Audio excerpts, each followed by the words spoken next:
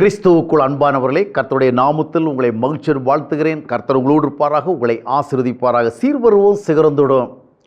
சில பெற்றோர்களை பார்த்தீங்கன்னா பிள்ளைகளுக்கு நல்ல தரமான உணவை, ஆரோக்கியமான உணவை ஆயத்தம் பண்ணி கொடுப்பாங்க. பிள்ளைகளுக்கு நோய் நொடி எதுவும் வந்துடக்கூடாது, தீவிரம் வந்துடக்கூடாதுன்னு ரொம்ப கேர்ஃபுல்லாக ரொம்ப நல்ல உணவை சமைச்சு கொடுப்பாங்க.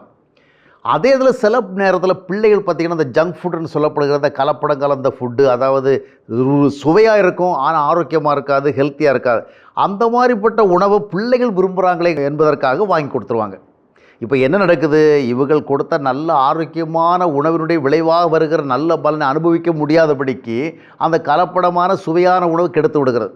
அப்போ பெற்றோர்கள் என்ன செய்யணும்னா, பிள்ளைகளுடைய விருப்பத்தை நிறைவு செய்ய வேண்டியது பெற்றோருடைய கடமையாக இருந்தாலும் சில நேரங்களில் பிள்ளைகள் சுவையைத்தான் முதலிடத்தில் வைப்பார்கள்.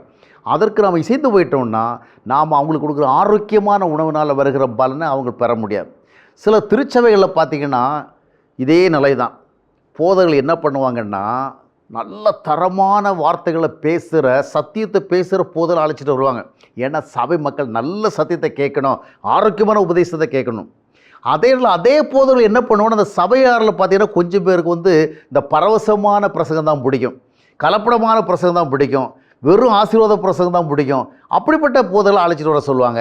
அதற்கும் இந்த போதகரை சேர்த்து விடுவார். ஏன்னா சபை மக்கள் சொல்கிறவங்கள நம்ம அவங்களுக்கு எதிராக போகக்கூடாது அப்படின்னு. அப்போ ஆரோக்கியமான உபதேசத்தையும் கொண்டு வருகிறார், ஆரோக்கியமற்ற கலப்பட உபதேசங்களையும் கொண்டு வருகிறார். அப்போ ஆரோக்கிய உபதேசத்தை பேசி அதனுடைய விளைவுகள் அங்கே செயல்பட முடியாதபடிக்கு அடுத்த கலப்படமான உபதேசம் கெடுத்து விடுகிறார்.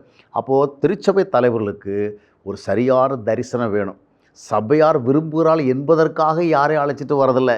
அவர்களுக்கு எது பயனுள்ளது, எது ஆரோக்கியமானது, எது நன்மையானது, அதைத்தான் தரிசனமாக செயல்பட வேண்டும். அதுதான் உண்மையான போதகருடைய ஆத்தும கரிசனையுள்ள ஒரு செயல்பாடு.